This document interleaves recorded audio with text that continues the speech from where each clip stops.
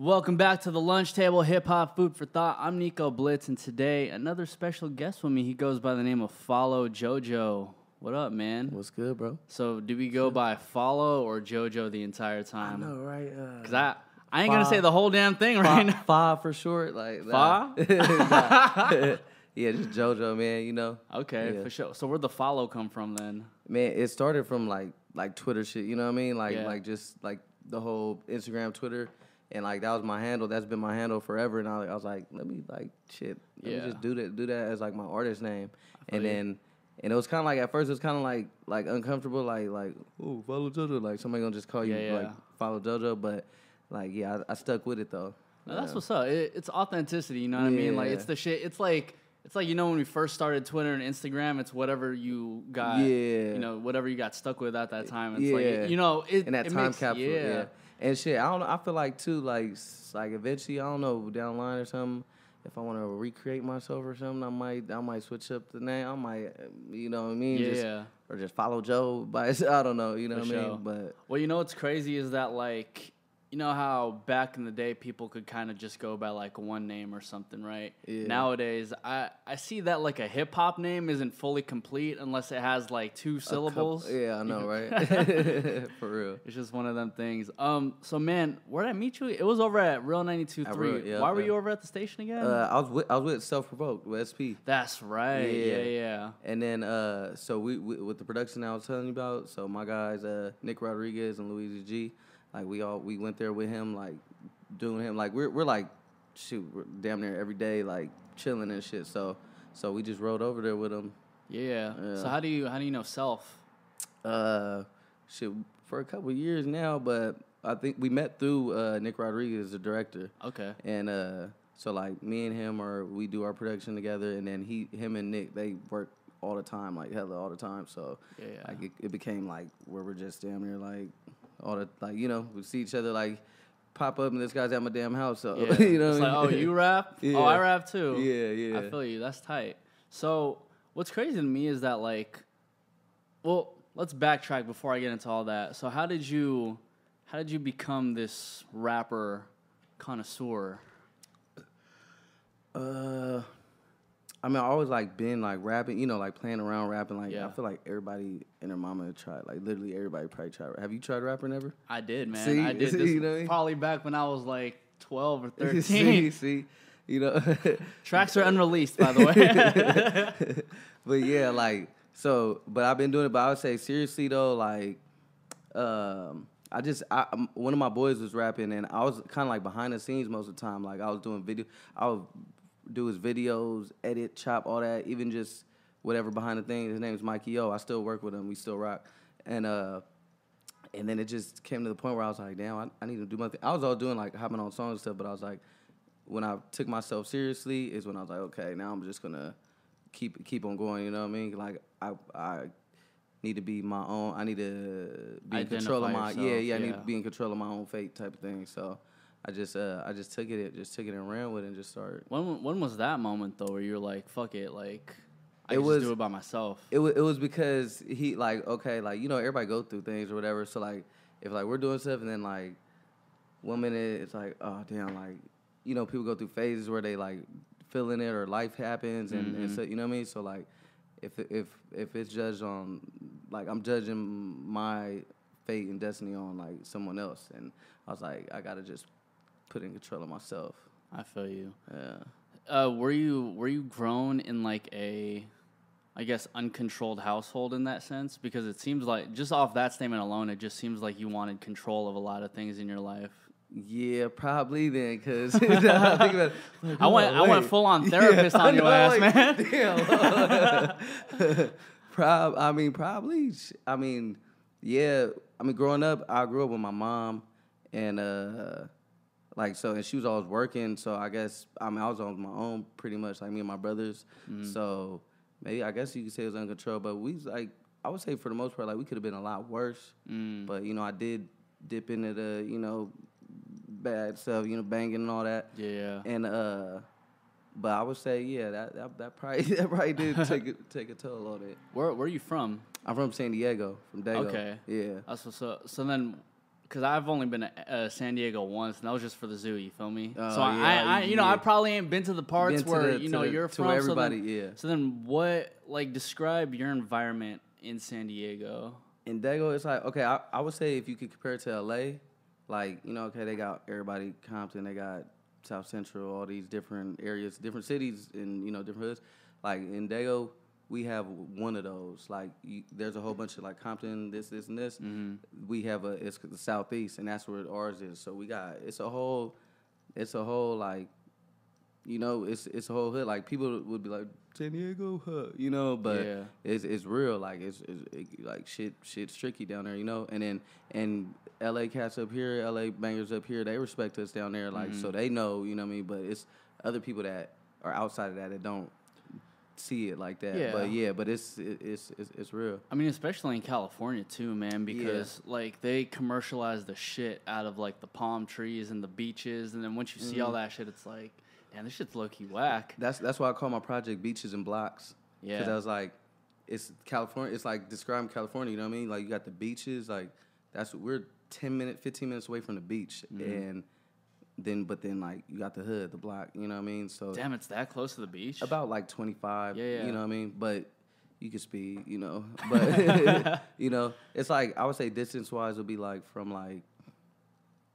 West Hollywood to the beach, like to get to the beach. How long does that take? Yeah, that ain't too far then. Yeah. That's crazy. Traffic wise, it's gonna take you an hour, but So what got you into banging then? Probably being on my own, like like just even having my brothers around, like they were good, like they all turned out cool and everything, and then they went to school and stuff, and then it was kind of like me by myself. I was like the youngest, and then.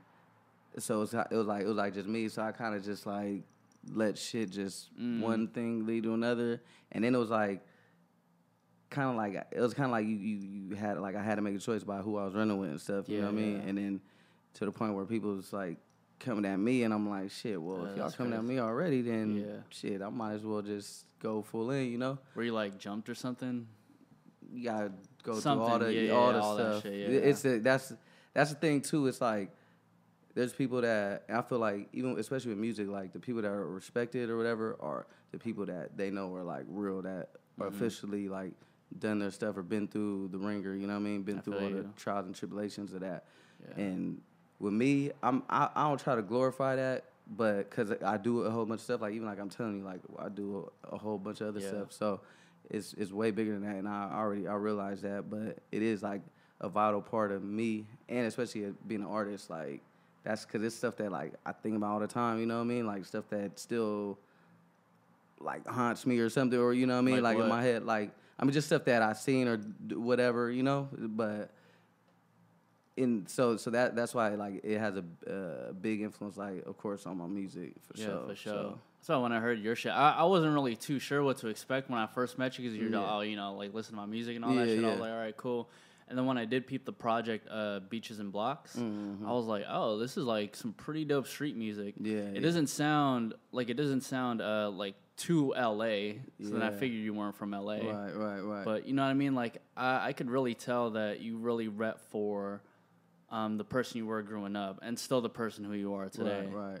Yeah, because it like I said, it still plays a big part, and like that's like what raised me. That's what even the type of music, like that's what I grew up on, like that West Coast sound or whatever, and then, but even now, like to now, well, actually since forever, but I've always like a trap sound in music too. So like I like my music varies, but I want my sound to be like a fusion of the two. You know what I mean? Like a West Coast trap. Who'd you listen to growing up? The first people that got me really like some hip hop shit, like Bone Thugs. They were probably like the first. Real? Yeah, it's random. It's like, well, it's not random, but like my older brother was listening to them, and then their CD just got like stuck. Like I would play that shit on repeat. Like I know I could tell you like top to bottom like all those songs. I don't know. I can't tell you all the words, but I know all the for sure. Yeah, no, both those were hard. You know what's crazy too is that when I had Self Provoked in here a couple weeks ago, he was saying that one of the first artists he was listening to growing up that really got him into hip hop was Bone Thugs as well. I could see that because he does like the chopping and stuff too. Like you know what I mean.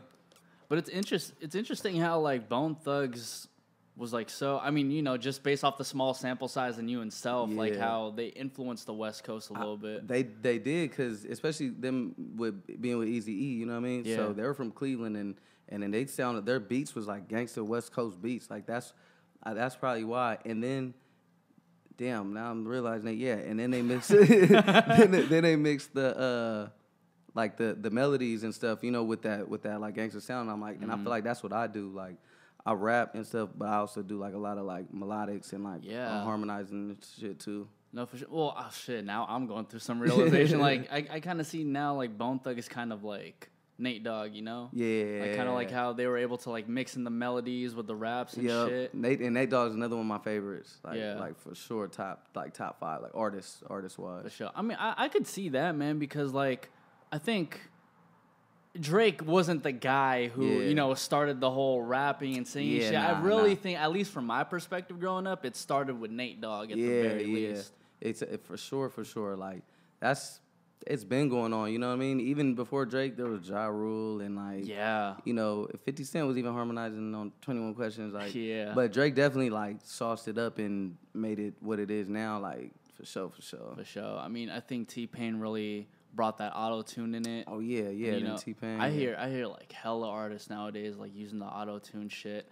I just don't like it when people like overcompensate with the auto-tune. It's like, bro, like it's really not your voice at that point. And then it's to the point where you could barely hear what you're saying. So it's like it's so much filter on there, you could barely understand what someone's saying. Like it's fucked up. It's fucked up. Yeah. But I like auto-tune though. I like it, like, because you could even use just like it faintly, like just a little bit, and it'll sauce you up. But I'm to the point where I could hit my notes a little bit without it. So, you know? That's practice makes perfect type of shit. Yeah. So then, like, what was your process like creating your project? Because first of all, it was interesting to me because the album cover, one half is blue, the other half is red. Can you break down just the album cover itself? Yeah. So it's kind of like a it's like a good and bad, you know what I mean? Like the Beaches and Blocks, it's like the you know, like the beaches is like what we like aspire to do. Like it's just, you know, I'm visioning like a paradise, you know what I mean? Like good stuff. And then like the blocks is like the realization, or like, you know, where we come from. Like, so it's like the drastic, you know what I mean? Like two opposites basically is what I wanted. And then so I just did blue and red. And I had a song on one of my older tapes called Beaches and Blocks. Okay. That and the album, the cover art was kind of similar, like with the colors. So I like kept that idea because it was like hard. It was hard, and I was like, I felt like it could have been used for more than just a song. So then just the whole project, like it just made sense, you know. And then so that's where that came from, and then. It's like a yin and yang, you know, like that's what was my idea of that. I feel you. Well, it's interesting to me how, like, you know, based off what you said, that the beach is kind of like where you guys aspire to be, despite it only being like 25 minutes away. It's like you really, people like from where I'm from, like really don't leave that radius. Like we really don't leave that radius. It's like you can never go, like people don't even go to the beach, you know what I mean? Like why is that? Why don't people ever like leave that area? They need gas money. Like you got 5 money? Not today. Well, we chilling on the block today, you know. Put that toward buying a little bottle of Hennessy or something. Is it like a deeper reason though? Like aside just from like the gas and shit? Well, shit, really. I mean, honestly, when people like in the gangbang mindset, like.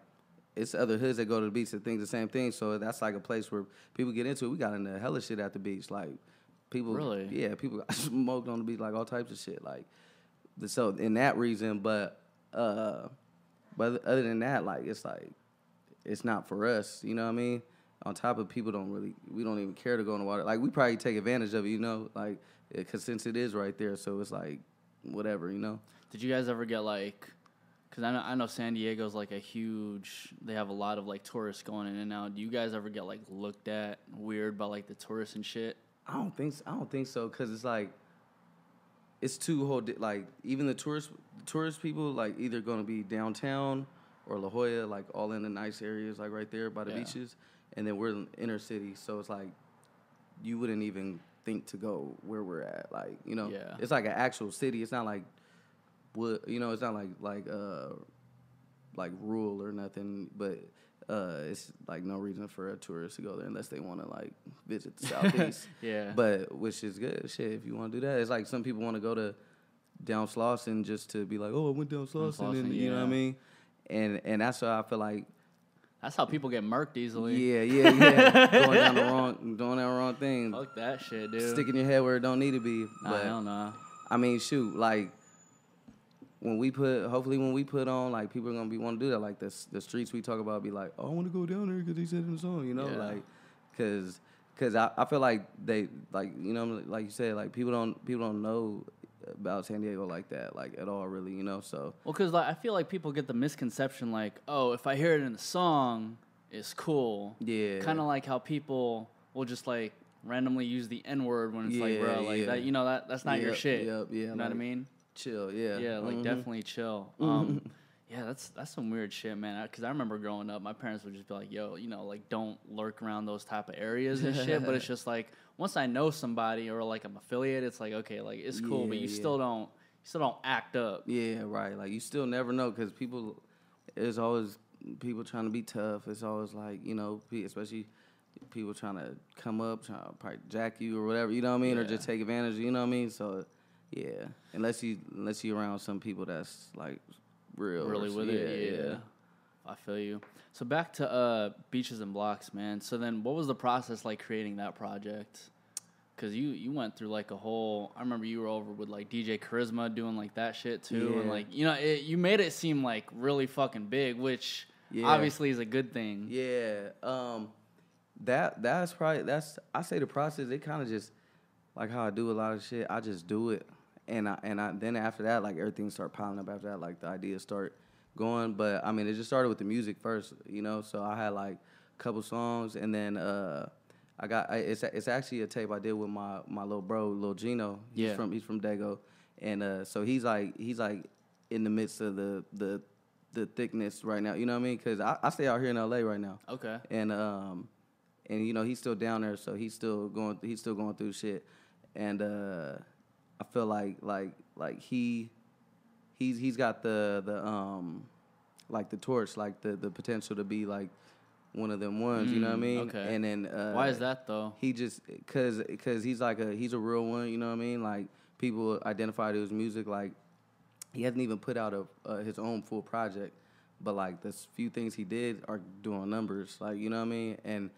And people like in real life people, like you know, there's people that have like online fan bases and stuff, but he has like a real fan base, like us, like we all do, like as far as a whole as a team. Stop hating. I feel you. That kind of reminds me of I was talking to DJ Head at one point, and he was talking to me about how, you know, Kendrick Lamar is Kendrick Lamar, but Nipsey Hussle is the king of LA. Yeah. And I couldn't really wrap my head around that other until he said that, yo, like Nipsey's actually like he's actually like in here. He's like with the community like all the fucking time. Yeah. And that's the type of people you are when it comes to like San Diego. I would say that, honestly. I would say that because that's how we want to be. That's how we are. You know what I mean? Like I want to be a good example to like our people, like the people that's like around us. You know what I mean? Like a good example. Like we don't have that. You know what I mean? I feel like Nipsey is a good example of that. What he does with his community, like you know, he does positive things. He's a businessman. You know what I mean? Like in the same sense. So that's definitely, I would say, how we are or aspiring. Yeah, aspiring. Yeah. Yeah, because dude, there's only so far that this internet fame and like clout can get you. Know what I mean? Like people always ask me like, oh, you know, can I get my artist in? Like I know my artist needs like maybe X amount of followers. I'm like, I don't give a fuck about any of that shit. Like, if the artist is dope, the artist is dope. I don't give a fuck if they have, like, 1 million or if they have, like, 10,000. Because at the end of the day, people could also buy followers, all that bullshit, too, dude. Yeah, it's all clout-driven. It's all... You never really know. That's why I don't like... I mean, I do like because that's how you got to be nowadays, right? Yeah. but there's people that are like hella popping on the internet, but you do a show and no one's gonna pull up. You know what I mean? Like literally, like people with like 100K or whatever, like they could have an event, and I seen like empty ass events. You know what I mean? Like just so like I've been realizing that. So like with me, like my shit ain't too crazy like that, but in person though, I know we got like real real supporters. You know what I mean? Yeah, for sure. Like even like we did a release party for Beaches Blocks out here in Hollywood, and we had a cool turnout. Like, and I'm from Dago, like I'm not from out here. You know what I mean? That's crazy. So we had like it was good. It was like I loved it. You know, I loved the turnout from that. I mean, it must be a good feeling knowing that, like, A, you're from San Diego, and B, like, once you do a show for your album release party, you get, like, a whole bunch of motherfuckers out in L.A. supporting your shit, you know what I mean? Yeah, nah, it was love. It was love for sure. Like, my L.A. people out here came out to support me, you know what I mean? And then my San Diego people even came out. That's crazy. So, it was cool. And then I did another one in Dago. That's where I just came from Dago right now. And that was on Friday. We did, so... This was like the Blocks release, and then the Hollywood was the Beaches release. I would say, like you know, dude, that's fucking tight. Yeah. So then we did it in our at the store in our hood. Like I was like, we had a couple different stores we could have did it in, like you know, in Dago that are like would have been more mutual, more you know. But I was like, for this tape, like I specifically wanted to do it like in our hood. So.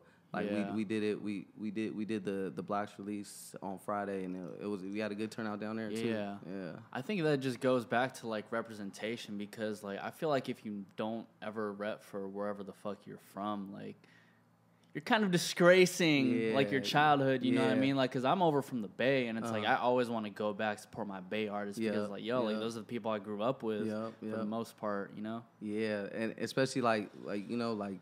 Living here, like, and being from somewhere else, it's like, it's either you gonna hella rep where you from more, cause you're not at home, you know what I mean? I feel like people that do leave home end up repping, cause people in Dago like, oh, hey Dago, or like, you know, or I don't know how it is in the Bay, but you know, so like when they come out here, it's like that, or people come out here and act like they're from LA, or forget about where they're from, you know what I mean? And I never wanted to be one of those people. That's why like. Everybody asks me like I'm from Dago, like even if you look at it like or especially like I said, like the whole even being taken serious as an artist or anything, like, and being from somewhere else, it's like you could be looked at like, oh, you're from there, or you know what I mean? Yeah. But and on the flip side, I mean, it's a standout thing too, because it's not too many people that like are from Dago. So what do people really say about like San Diego artists then? Because honestly, I haven't heard of like any, at least to my knowledge, any rappers from San Diego. Yeah, I would say like, what do they say about them? That we're not on the map, like you know, enough. You know what I mean? I mean, who's from there that's been like popping or even relatively popping? I mean, right now, my boy Rob Stone, he had the song Chill Bill. See, I didn't realize Rob Stone was from there. Yeah, yep. That's like 2 times platinum, going on 3. Yeah. So that's like within a couple years. You know what I mean? So it's people like him. It's a couple more, like my dude Mikey O and Lil Gino. Like it's a couple more that's doing their thing. And I would say like overall as a sound, like if they had to put us in a category like San Diego, it's just like LA though. It's a whole bunch of different genres and shit. But like we kind of relate to the Bay a little more, like with our music. I feel like than LA. Not relate, but the sound, like that. I could see that. That sound a little bit, yeah. So we don't have too much representation though. That's the only thing. We don't have too much representation. Yeah, dude. Because people not from California, you know, like growing up in the Bay. The entire time I thought San Diego was part of LA. For real. Because I just, you know what I mean? Like, I just made Southern California, like, all LA, you know what I mean? Yeah. That's kind of how I see the Bay kind of, too, because, like, it's like Sacramento and Oakland are far as hell from each other, right? Hella far. And I feel like they're, like, right next door to each other, you know what I mean? For real, like, it's all the Bay to me. Like, nah, that shit happens. That's why, like, one thing I don't like is when people from Sacramento rep the Bay Area. It's like, you're, like, 2 hours away, bro. Like, that shit's nowhere close. That's like someone from Dago saying they're from L.A. Like, nah, you're not from L.A. Like, yeah, that shit makes no sense. So then how, on your project, you had like a shit ton of features and a couple like really caught my eye. Like you had Joe Moses on there and like Slim 400. Like how'd you link up with them? Yeah. Shit. Well, with Slim, I've been on Slim for like ever since like probably like before the time like YG got popping, like so that, you know, he from up here, we from the same hood in Dago, and out here in LA. They from Treetop. I'm from East Side Piru, Skyline, so Farrell Park to be exact. Mm-hmm. But so like we you know connected on that, and then so we just had a relationship ever since then, and then like we've been doing like music like throughout that, but before that it was just like a genuine relationship. So so we've been cool, and then like as soon as I moved out here, like they was holding me down out here, you know what I mean? Like him, Big Buddha, that's YG's big homie. Yeah. And they those are my dudes out here, you know what I mean? And then Joe Moses, like throughout that time, like I met him a couple times, and then we've been cool rocking. He like big bro, you know what I mean? He'll go to Dago, and then even my dude Mikey O was with his ALB thing a little bit, so we just had like those connections. So you were saying that features with like Slim 400 and whatnot, like him, Big Buddha, like they were all holding you down, man. What do you mean by they were holding you down? Because that could go in like hella different ways. Yeah. Kind of like just for, you know, you in a new city, like you don't know what's going on, you know. Even if to where it comes to like letting you know about certain whatever areas, politics, whatever in that sense. And like shit, like it's been times where like some shit got real before, and loyalty was, you know, like you see if somebody really got your back and they came through, you know. Is there anything around that realm that you can discuss? Not in depth, but for sure, like it was sure. a real situation where I had to be like, hey, like pull up, like and they pulled up. So I'll forever like, you know, rocking with them. Yeah. Well, because your loyalty goes down once once you're put in those tight situations. Yeah, It's exactly. like, oh, like you really pulled through. Fuck yeah. Yep, exactly. So shoot, they know I got them times 1 million too, vice versa. So that's what's up, man. It's cool. Like you got an ashtray. Oh yeah, let me get you one right quick. Real life scenario. You know.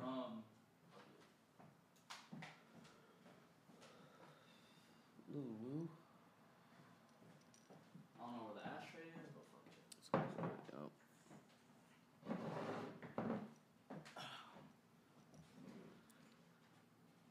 Like, for example, like I didn't grow up in the hood like that, you feel me? And I know a lot of other people like didn't as well. So at least with all the homies I grew up with, the people who did come from the hood, like I get like a better perception of like how they grew up and shit.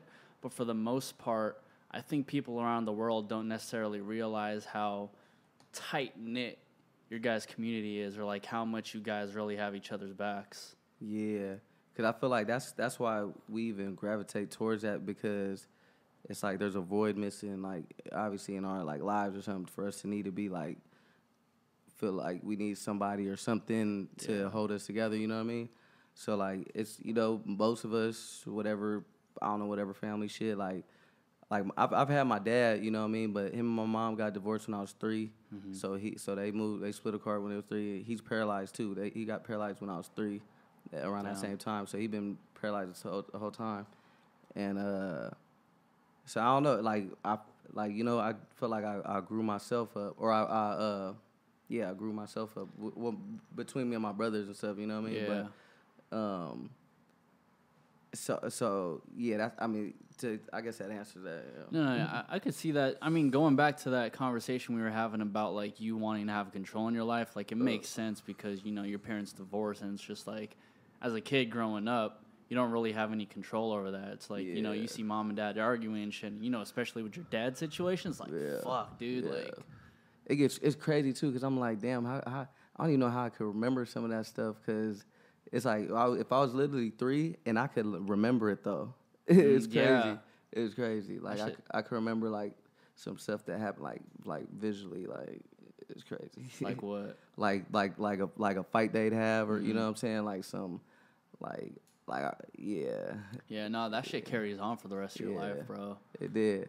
It did. Yeah. So like, you know, seeing as how the hood is just so like tight knit and like got each other's back so much, could that be a reason why people aren't comfortable with expanding out of there too? Probably, yeah. I would say for sure.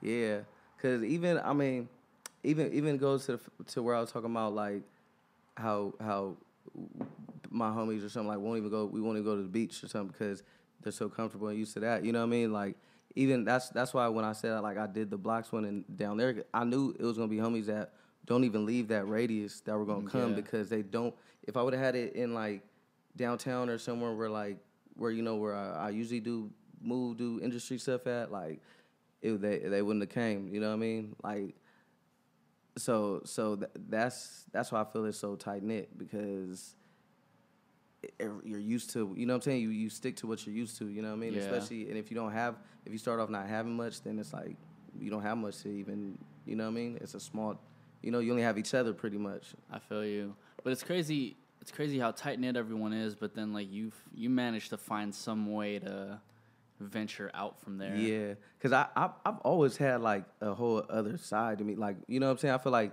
you really as a person is you know what I mean? That's different. You know what I mean? Like with all that, I feel like one avenue or one stumble like led to like a snowball to me, like being like, oh shit, you all the way in this thing. You know what I mean? Mm-hmm. But like I could have took a whole nother route. You know what I mean? So like I've always had like another. I don't even say side to me because I feel like it's not like a whole other personality or something. Mm-hmm. But you know what I mean? Like I've always seen the bigger picture and realized that like that's just, you know what I mean? Like it's a phase. It's a mindset. It's a mindset. You know what I mean? So as long as you're like above it, like just like with anything drugs, anything, just being above the influence, you're always gonna like have control of it. So that's how I feel about that. I feel like you should really name your next album Control or something. You know what I mean? Like, bro. So everybody be like, "You're so controlling." Like, I was like, "Am I? No, I'm not. Just don't do that anymore." Yeah. Nah, that's some real ass shit though. It really is. Fuck, man. There was like one more thing I wanted to say. I don't even know, man. I kind of got lost after that shit. Dude, JoJo, man. So then, you know, I know you just rolled out Beaches and Blocks, but then when can we expect more music from you, man? Because just based off your story and shit, like I'm even more invested into the shit that you have to say later on. Yeah. Before we get into that, because that'll be the last thing we talk about. Considering that Rob Stone is the only person to really make it big out of San Diego, and you've managed to find some way to, you know, get out the hood. Do you feel like you have this responsibility to like hold the torch for everybody else in San Diego, or at least for your hood? I do. I even Dago in general, because I feel like out here, like I'm one of the you know what I mean, like a representative of that, and I feel like now I'm realizing like my purpose is to like shed light to like, you know what I mean? Like I'm not gonna be the only one. Like we got hella hard people like from Dago, you know what I mean? And just like I said, like even what I'm doing with Lil Gino, like I feel like he's got the talent, he's got all that. He just needs the push, you know what I mean? Like and that's the part that I've got down, or not even down mastered or nothing, but that's what I'm good at. That's what I do. So I feel like no matter what I do, even if somebody from Dago fuck with me or not, like if we cool or not, like it's gonna be better for them. You know what I mean? Like if someone does something, it's just gonna shine a light to the city. Like people are gonna look like who's who. So as long as you working, then you're gonna get seen. So, and I feel like I'm gonna be like a pioneer of that, like for San Diego music in that way. That's for sure, man. Yeah. That's the type of shit I fuck with. Represent your goddamn home, man. Fuck. Yeah, you know what I mean? Pride. Shit. So do you have like any more music coming out? You know, even though you just released Beaches and Blocks. Yeah, I'm always like recording and stuff. My next, I'm gonna do a solo album, and then we also working on Lil Gino solo album too right now. That's gonna drop next. And then but mine, yeah, I think I got a name for it. It's gonna be called Daddy Rules. It's gonna be called Daddy Rules. I might have a song called Control. Control, yeah. Out to this shit, man. Yeah. Daddy Rules. Any idea when you gonna drop that? Nah. I'm just sitting, but yeah. Okay. But I definitely got a vibe, like know my vibe and like the type of sound I'm going for on it. So like I think that's what I do like with projects is like the Beaches and Blocks was like a vibe, like a certain vibe. You know what I mean? This next one's gonna be a certain vibe too, like and so forth. So. For sure. Can you describe that vibe that you have going? Like a lot of smooth talking, you know, melodics, you know, over like kind of trap sounding beats a little bit. Like I said, like the West Coast trap. Like I want that like a West Coast like a funk sound, but like still have a trap like something like that. Yeah, that's what's up. Like I got some like I got the Zaytoven track on there. Nice. Like so, I'm gonna have stuff like that. I gotta have a West Coast banger too, like with the trap sound. So it's gonna be that type of vibe. For sure. Yeah. I fuck with that. Let me know when you drop that shit. I'll make sure I let everybody else know when you drop that shit too, man. Nico Blitz, this is the lunch table. Follow JoJoe. That's FollowJoJoe. Yeah. See. Man, I even dropped a tape that was called "Spell It Right" because everybody don't spell it right. Yeah. Like look at it.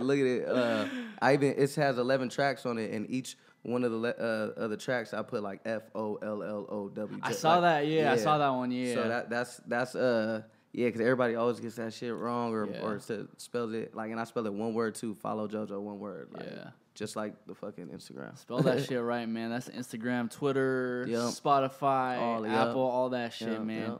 This is the lunch table, hip hop food for thought. I'm Nico Blitz. We are out, everybody. Peace.